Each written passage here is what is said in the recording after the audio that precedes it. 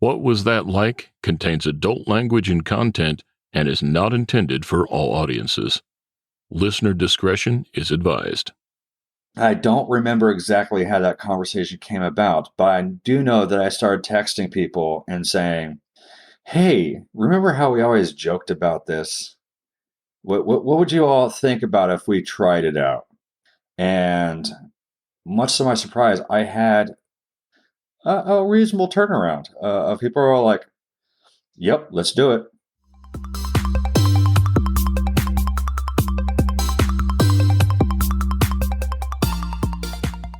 Welcome to What Was That Like? I'm your host, Scott Johnson. This is the show where we talk to regular people just like you or just like me, who have found themselves in an extremely unusual situation. We'll hear their stories and get inside their head because we all want to know, what was that like? More information about each episode at whatwasthatlike.com. Here we go. Today's conversation is one I've been looking forward to ever since I first came across the story.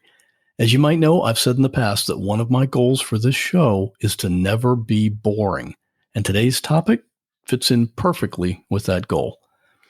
My guest's name is Shiny, not his real name, of course. Shiny was presented with a rare situation.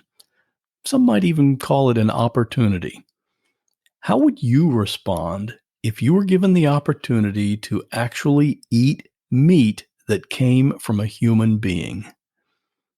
Well, for most people, the reaction would be, absolutely not. That's disgusting. But what if it could be done in a way that was legal and ethical? And in addition, what if it were done in a way that was healthy, so you wouldn't have to worry about disease or infection or any of that? Well, honestly, for most people, I think the reaction would still be, no way. But Shiny is not like most people. He and a bunch of his friends are pretty open-minded, and they seem to be willing to try just about anything. And they did. Usually when you hear stories about cannibalism, it involves a serial killer like Jeffrey Dahmer, or it might be about a group of people who are stranded somewhere for an extended period of time, and they end up eating the weakest in the group just to be able to stay alive. Shiny's story does not involve murder or survival. It's really just a story about a brunch that none of them will ever forget. We'll definitely be talking about this one over in the Facebook group, and you're welcome to join us there at whatwasthatlike.com/Facebook. And if you like this kind of story, or maybe you even like the true crime podcasts, hang around, and after today's conversation, we'll hear from my friend Justin about his podcast. Might be one you want to check out. And now, please enjoy my rather unusual conversation with Shiny. I have so many questions about this. Fantastic. And I hope that the people listening to this aren't thinking of a particular question that they're really hoping I'm going to ask and I forget to ask it, because I've kind of made some notes here ahead of time. But we should say up front that in doing this, your wish is to remain anonymous, and I think people will understand that once we get into what this story is about. And I'm going to be referring to you as a nickname, Shiny, at your request. I do appreciate that, Scott. Sure. And of course, we're not going to, there were some friends involved with this whole thing, and we're not going to identify them in any way, and there's going to be no pictures of you or your friends on the website. It's kind of a different episode than what I usually do. I mean, I like to say that this podcast is never boring. And boy, we're knocking it out of the park today, I think, with this one. So you and your friends had actually talked about doing something in the past, right? How did this come up in the past? I have a very close set of friends who all have a very dark sense of humor. And back in the day, and this is probably 13 years ago now, we were all sitting around one night and saying, okay, well, we're all Epicurious people. We like to eat weird stuff and try different things and, just try out everything in life. And so if it were ethical, so healthy, full consent given, no one was harmed, would you try some people? Try some little people meat, maybe some people jerky. just to try it out, just to say you try it, to understand it, just to try it. And of course, we all said, "Oh, yes, I'd do that. Of course, I would." It'd be weird and whatnot, but to try it out, absolutely. Sure, it's easy to say you'd try it when you're really pretty sure that opportunity is never going to come up. I mean, what's the likelihood, right? Right. And just to be clear, what we're talking about here, when you say people jerky, we're talking about actual human flesh. Yes. Okay. We're talking about cannibalism in a killy way. Can you just elaborate a little bit? What do you feel when you talk about two criteria, ethical and healthy? Can you elaborate on each of these as to how it would meet those requirements? So basically, you want something that's not diseased tissue. You don't want rotten meat or something that's gone gangrenous or something like that. And you want it to be ethical. So nobody was harmed to take it, and consent was given. You don't just want to take somebody's meat. That's not nice. And nobody was killed for it. So there's no Donner Party or anything like that. It's just, circumstances allowed for a unique situation. And the question that comes to mind, too, is this actually legal? Sure. There's no laws against it. All laws surrounding cannibalism are typically associated with killing people. There's no laws against it, except in Idaho and Alaska. So only 2 states have outlawed actual cannibalism. But you're right. It's the surrounding circumstances where typically a person is killed before they get eaten. Yes. Yeah. And even for non-diseased tissue, are there any health concerns beyond that? So we did some research before we did it, and there's the prion disease that's much like mad cow disease. And typically it's associated with eating brain tissue, but it can come from eating any tissue whatsoever.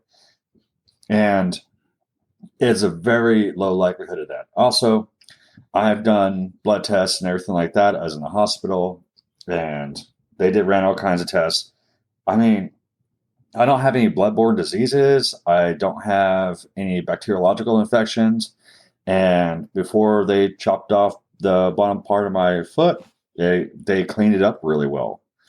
And so when we got it back, we were kind of dubious as to is this going to be okay? But yeah, no bad effects. This has been 3 years now. So you it sounds like you really kind of did your homework on this, and so you were going in with your eyes open, knowing what was going on. Okay, so you guys had joked about it in the past, but thinking, well, of course we'll say that, but the opportunity, I'm sure, will never come up. But then you had a motorcycle accident. Yeah. Can you kind of take us through that? Sure.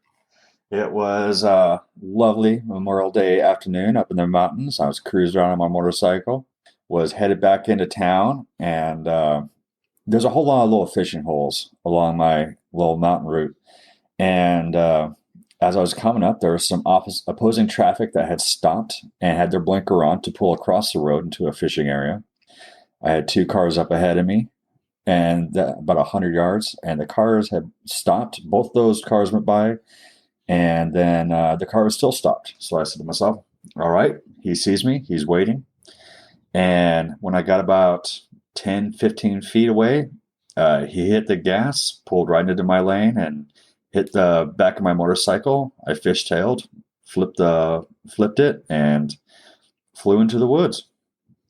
How did he was turning left in front of you as you approached him. Uh-huh. How is it that his car hit the back of your motorcycle? You'd already passed him mostly, and he just turned too soon? Pretty much. Okay. And what it was a kid. He was with his girlfriend on Memorial Day. They were out having a good time, and they were doing something in the car, and he wasn't paying attention. Looked up, hit the gas, and just found the back of my motorcycle. I'm sure that's a day he'll never forget either. Yeah. I too have hit somebody in the past, and it wasn't necessarily my fault, but it was a traumatizing experience and something that haunts me to this day. And no, you don't forget stuff like that. It's absolutely horrible. So you got thrown off the bike kind of into the woods. Yep. And when I went back to check it out after the fact, I mean, the trees were really close. So I'm pretty sure I hit my foot on one of the trees flying through. But you didn't know that immediately, though. Not immediately. What it was, I kind of sat up in the woods and looked around, and I take off my helmet. And I just feel this intense burning on my leg. And I look down, and kind of my shoe is just kind of dangling there, and I can see some bone and some meat.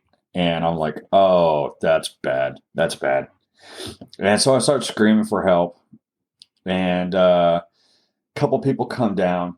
And this whole section is somewhat fuzzy because I went into shock pretty quick. I do remember a woman coming down and putting a blanket on me, and then a couple more women coming down. There was a woman and her young daughter, and her young daughter went up to the truck and brought back a tourniquet for me and tied off a tourniquet on my leg. Another woman, because this is in the northern New Mexico, she came back and applied essential oils to my forehead without consent, mind you. She just started rubbing stuff on my face, and I, in a not very nice way, asked her to leave because I have enough going on. I don't need like anything rubbed on my face. And that's not exactly a first aid procedure anyway. No.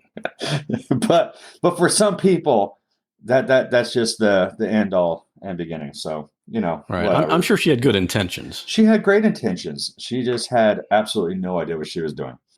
And in my luck, there was a off-duty EMT that was close by that came down and helped out as well. So it was about a half. Obviously, somebody called 911, so the ambulance was on the way, I'm sure, too. It was a heavily trafficked area. There was plenty of people around, and so it worked out. About a half hour there, loaded me into the ambulance, tried to clean out the wound, and gave me some morphine, which did absolutely nothing except make me slightly nauseous. They take me to an area where they could get me on a helicopter and airlift me out of there. And that was about another half hour waiting there. Then on the helicopter, they said, we'd like to give you some ketamine to help with the pain. Are you okay with that? And I was like, yeah, sure. I don't remember the helicopter ride at all because I was transcending time and space and contemplating my own existence, which I think kind of helped out in the whole experience because I was in pretty good spirits for the rest of the time. How long was the ride to the hospital? Probably about another half an hour from where I was. So I'd say it's probably an hour and a half from accident to hospital where I started being evaluated by the surgeons. And you were conscious at that time? I was conscious the entire time, just not necessarily cognizant just because of the medications. But all my medical charts say I was in very good spirits. At what point did they determine how to proceed with your foot? Well, I have vague memories of doctors telling me, you may lose the foot. That as they were evaluating it, taking Xrays, things like that, and they said, we can try to reestablish, vascular pressure and try to get blood back in the foot and see what we can do. And I was like, I'm kind of attached to it. Please do what you can. Let's see how this works out. Just if you can save it, go try to save it. But again, this is vague recollections because I was heavily medicated. And in looking, I saw some of the pictures, one of the pictures of an X-ray of your foot, and it just looked like just a pile of bone fragments. Like there wasn't even a resemblance of skeletal structure there. No, it's all bits and pieces. And I didn't understand till after, a couple days that they started showing me the CAT scans and the X-rays that it's just bits and pieces in a vaguely foot shape. It was completely macerated. So there was no hope for it then? No. What I was told was if you have this, you will be on pain medication and it'll never be weight bearing. This will always be a burden as long as you have it.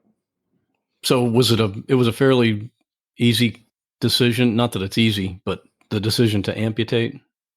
I think I hung on to it for a couple of days and kind of pondered it about what kind of life I wanted to leave. And I had a guy come visit me who went through a similar experience.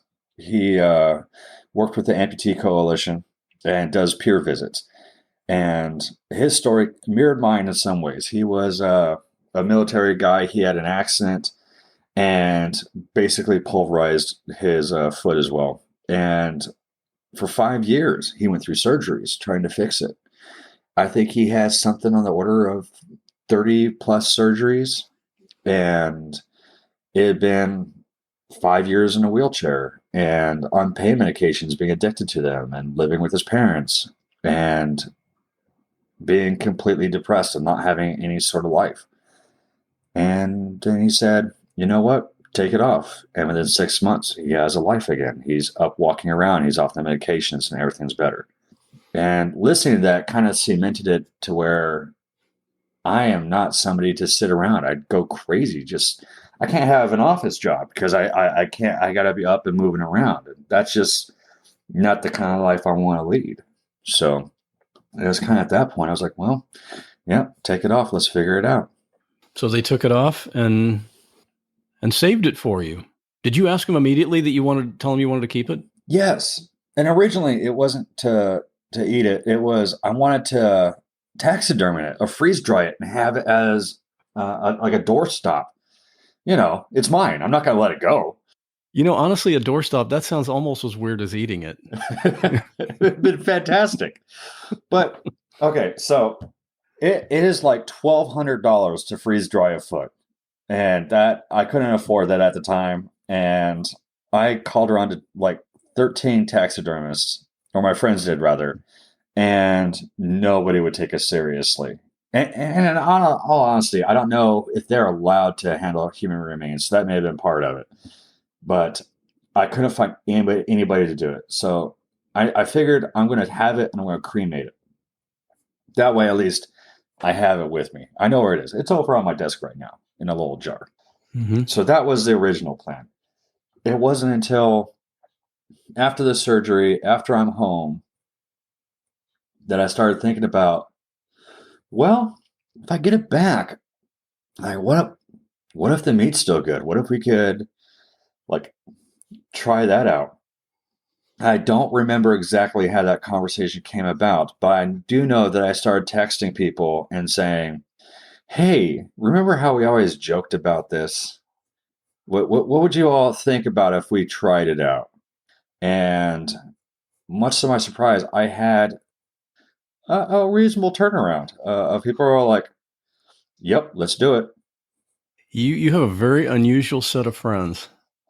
You know, you go through life and you find people who accentuate your life. And you got to keep those people around. It's an effort, but you find good people and you keep them. But at that point, when you told them about it, did you already have it in your possession, or was it still in the fridge at the hospital? It's still in the fridge at the hospital. And so I didn't know what situation it would be like. I don't know if it was frozen. I don't know if it was refrigerated. I assumed it'd be pretty well taken care of because it's a hospital and the pathology department. But I had no idea. So this was kind of, well, we'll wait and see what happens. As a couple weeks went by and I went and picked it up, which is also weird because you go sit in a little chair, sign some forms, and then they just give you a foot in a bag. And the forms were, I assume, releasing the hospital of liability or something like that? That's all it is. It's release forms saying, you understand this is biological waste, but it is yours, and we respect that. And we are not taking any part of what you're doing here. All right. Yeah. Because it is, I mean, it's a biohazard. There's they even have very strict guidelines on how to dispose of that kind of thing anyway. Here they were handing it back to you. Yeah. So, I had a foot in a bag and I put it in an ice chest and went home. Is that the point where you said, okay, guys, we're really going to do this? Yeah. The next morning, we made a casting of it and went through the whole process. I went and I took a little chunk out of next to the shin bone. Is this after everybody had already arrived? No. This is, a couple days before. Okay. So I take a chunk out of the shin bone and then we try to do a foot casting, and that was just a whole thing. What is it? Can you describe? I'm not sure what is a foot casting. Well, they have arts and crafts stuff where it's kind of a malleable material. It's almost like a gel, and it sets up. And so you can take a cast of an oddly shaped structure to pour plaster in and make a plaster cast. And so it was my friends all like trying to layer on this plastic material onto, a severed foot to try to get the shape out of it and let it dry for a little bit. And so that was a couple hours in the morning. And then we let it dry and poured some plaster in it. And then the rest of the foot in the afternoon, I went and took and had it cremated. So that was the final goodbye to the, at least most of the foot anyway. Yeah. And then we had Saturday brunch a couple of days later. I gave I think it was about 2 to 4 ounces of meat and sinew off the shin bone there. And I have a good friend who's a very capable chef. First experience for him too, I'm sure. Yeah. That was a fun question of, hey man, would you be willing to cook up some of me? And he said, let me think about this. And he came back and said, yep, I'm totally down to do this. I'm going to figure this out. And so he took it, and I can't remember exactly what he marinated it in, but it's something to soften it up because it's an area of the people where it's not going to be soft meat. It's going to be very sinewy, lots of tendons and stuff like that. So he marinated it overnight, and I show up to their house and with a bunch of other people, and we have some pastries, and there's some fruit tarts and little stuff like that. And then he starts grilling up this meat and made we called it foot tacos, but really it was like a tostada with a little bit of fajita meat on it is basically what it was. What was the feeling or like the ambiance in the room? Was it kind of like a little awkward because everybody knew what was about to happen, or was it kind of a joking thing, or how did your friends feel? There was a lot of dark humor and joking going on just to ease the weirdness because it's super weird. Yeah, we're gonna cross that taboo. If ever you bring up cannibalism, it's always under dubious situations where either you have primitive cultures, going and eating their enemies, or their loved ones to keep them around, or you have either serial killers who are fantastically not necessarily human in mindset, or you have tragedies like the Donner Party and stuff like that where people are surviving, or that soccer team in the Andes. You never have fun cannibalism. Right. 2 words you don't usually hear in the same sentence. I keep thinking of a couple of scenes. Like one, of course, is Anthony Hopkins and Hannibal at the end of the movie. I'm having some friends over for dinner with some fava beans or something, whatever that line was. Yeah. And I'm picturing the scene from The Office where Michael Scott burned his foot on the Foreman grill. But this is like a textbook example of dark humor. There's so many potential jokes that would lend themselves well to this. So how many people were there total? 11. So there was enough that your chef divided it up so that there was enough for pretty much everyone to just get a bite, right? It's not like it's a meal. Pretty much a bite. He made 12 little samples. One person had seconds. Did anyone, once they got to the point where it's okay, this is really going to happen, did anyone actually decline? No, nobody declined. However, one friend got a chewy bit, and bless her heart, they chewed it for a while. It said, I'm so sorry. I have to spit you out. I can't. And of course I'm sure you didn't take offense at that. What was the actual cooking process? I mean, were there seasoning or how was it? Or is it just put in a pan and grilled on the stove? It was a pan on the stove. So it was the marinated meat. They chopped it up into little bits, put it on the stove with some salt and pepper, a little squeeze of lime, sauteed it, took it out, sauteed some peppers and onions, put it all back together, and then chopped it up finer with a little bit of I think it was like what was it, chimichurri sauce? There was some sort of little fancy green sauce there that went over the top of it. So not overly seasoned to where I mean, obviously the point of this is to taste what the meat tastes like. You didn't want to go overboard with the seasoning. There wasn't a whole lot of seasoning. And that's to the credit of the chef. He knew exactly the right way to do it, even though without the experience, you extrapolate. So he knew what he was doing. But I don't think part of it was having the experience of like trying people. The other part of it, I think, was my friends coming together to help me move forward through a tragic experience. This is a way to kind of pull a little bow on it and move on in a fitting way. Did it smell like regular meat when you were cooking it? Yeah. I mean, of course, when you saute onions, they have a very distinctive smell, which smells really good. So that probably was part of what contributed to the aroma. Yeah, but I mean, it's a very red meat, so it's kind of beefy. I liken it to like bison or elk, where it's somewhat gamey, very stringy, and very, very dark red.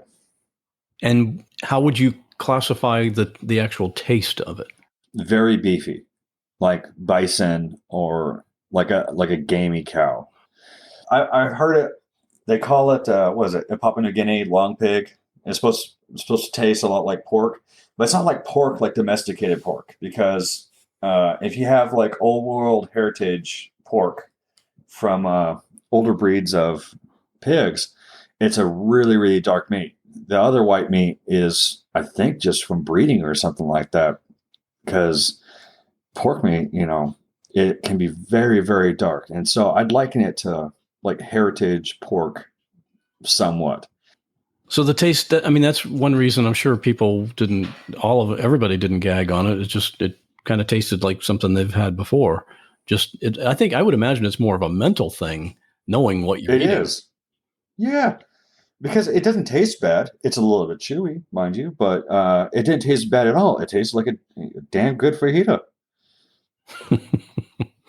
So what was the conversation like while this was happening, like during or after? During it, there was bad religious jokes, bad sexual jokes to the effect of, I don't know if, again, you'll be inside 11 people at once again. And that was a pretty good joke. And there was a lot of awkward laughing. And we were all, we're enjoying each other's company and whatnot and going through this. But just the dark humor that came out was just perfect. I can see like down the road, like into the distant future, this is something that kind of bonded this group of friends together. Like they've been through something that nobody else has been through. Yes.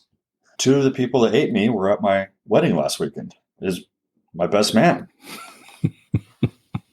Is this common knowledge among your other friends? Or it's not? I can't imagine it would just happen to come up in conversation at some point. No, it's common knowledge around the general group. And so there's some people I work with who know, none of the parents know. And that's, purely by design. They're not going to understand it. They're going to kind of freak out. I don't think my siblings know. And so it's mostly just the friend group. There and about, and certain people peppered out throughout. There's some people, when I did the story on Reddit, who recognized me and were like, "Is this you?" It's like, "Yeah, it's me."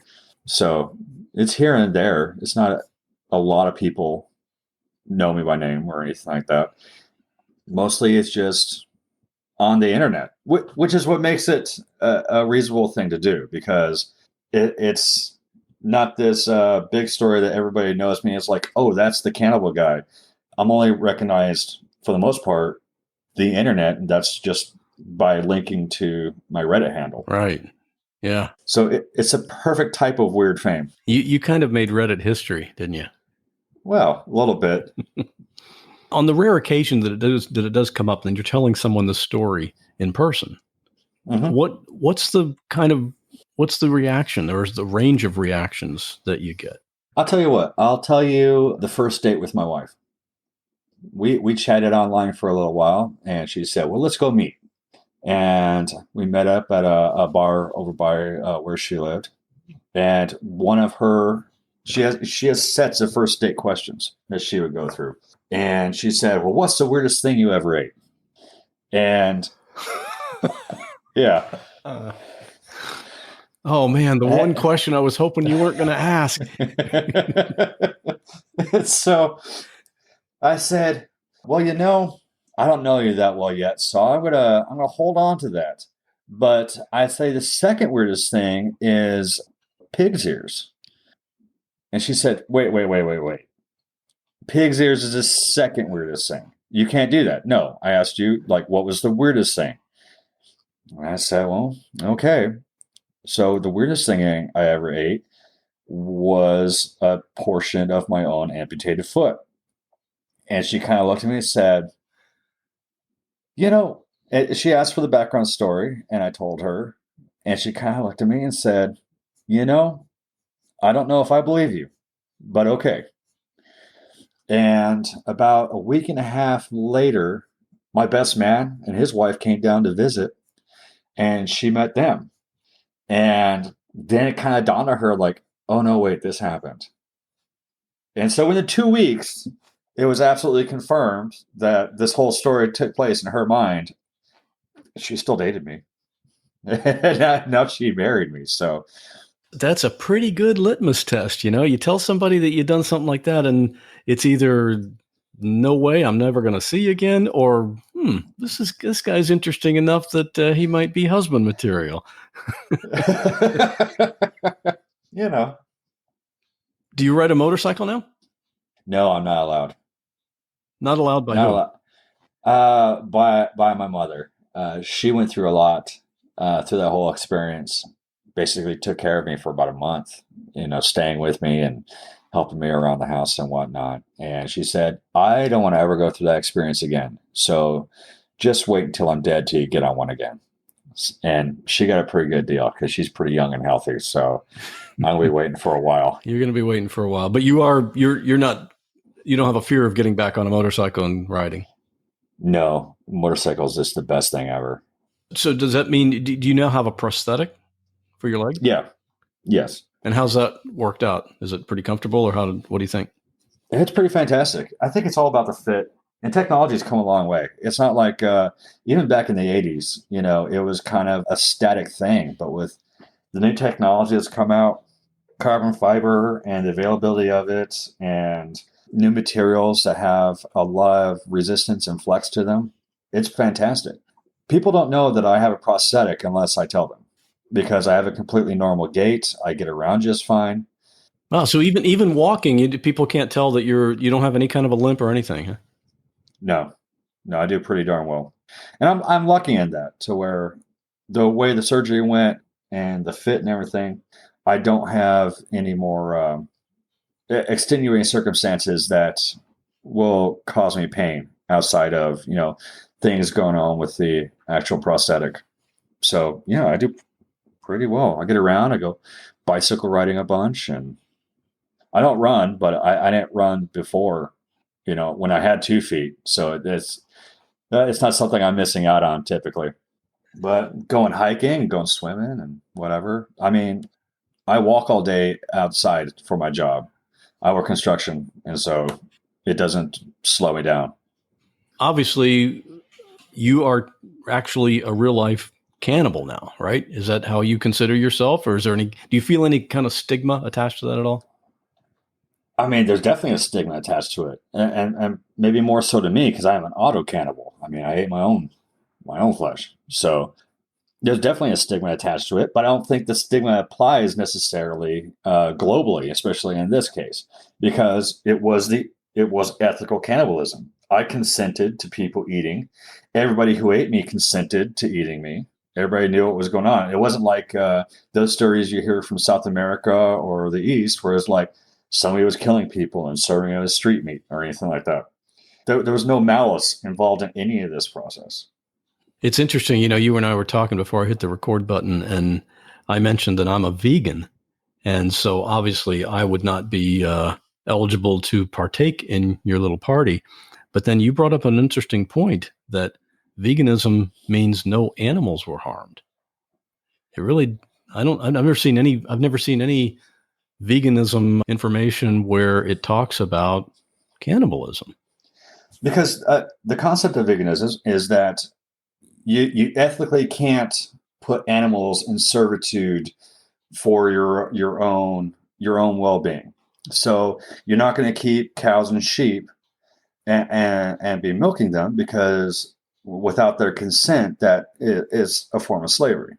And because they can't consent, you can't gain that, which I totally understand. However, with people, you can gain consent, right? Yes, you can. And you did. Yeah. So I think technically it's vegan. However, I feel that many people will argue that fact. I can see them arguing it, but I'd want to hear the basis for the argument. I'm still not sure that I would do it myself, but I can definitely see both sides of it.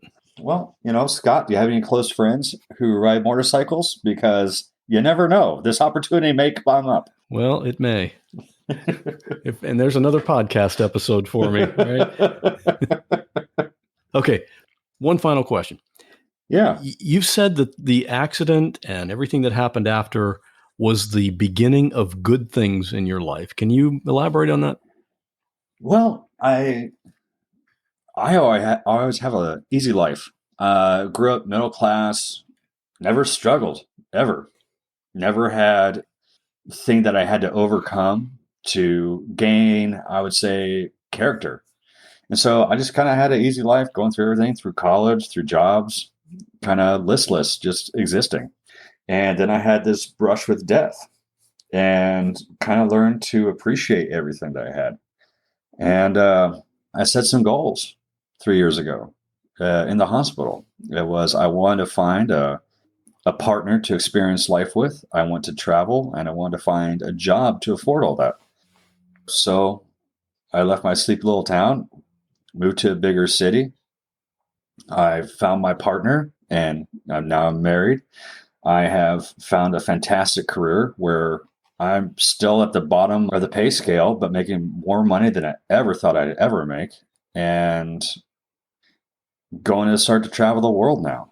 Everything has just kind of picked up, and I have found this strength and resilience within myself to keep pushing, enjoying, and appreciating life. I mean, a foot's a small price to pay for this much personal growth. Yeah. Well, character is built through difficulty, not through going through easy times. Right. It sounds like you've really taken advantage of this situation to build a much better life, a more intentional life. I'd like to think so. You have to take what you can from any tragedy, learn what you can from it, and try to move on in any kind of healthy way, whether it be personal tragedy or death or getting laid off from a job, anything. You have to learn what you can and apply it going forward. Otherwise, you succumb to society, and just being in a society, it's overwhelming. There's too many people. The way we've set things up is not conducive for a happy life. And so trying to eke out understanding and ways to work within it is absolutely necessary to find any happiness. Yeah, we don't have any control over what happens to us, but we do have complete control over how we react to it. That's kind of the way I look at it anyway. Yeah. I certainly appreciate you sharing the story. I have a feeling that this will be what people, at least so far, be considered the weirdest episode I've ever done. But hey, that's my point with this podcast, is to never be boring. Well, fantastic. You've been a great help with that. I appreciate it. I'm glad, man. This was fun. Thanks for listening to this episode. If you know about any other podcast episode where the guest tells the story of eating his own foot, please let me know, because I think this is the only one. And before we head out the door, here's a word from Justin, the host of the popular true crime podcast, Obscura. This is Justin from Obscura, a true crime podcast. Do you like single-host, narrative-driven true crime that isn't afraid to get graphic? On Obscura, we paint a picture of the lives of the criminals and victims before telling a story of the crime and how it unfolded.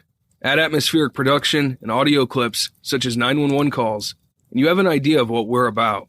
If that intrigues you, type Obscura True Crime into your favorite podcatcher. You can't miss our logo. And we'll see you by the fire. Thanks, Justin. If you're into true crime stories with all the gory details, Obscura might be just the thing you're looking for. I also want to let you know, if you're a podcaster, or actually if you're even just thinking about doing a podcast, you really should consider going to Podcast Movement, which is the biggest podcasting conference of the year.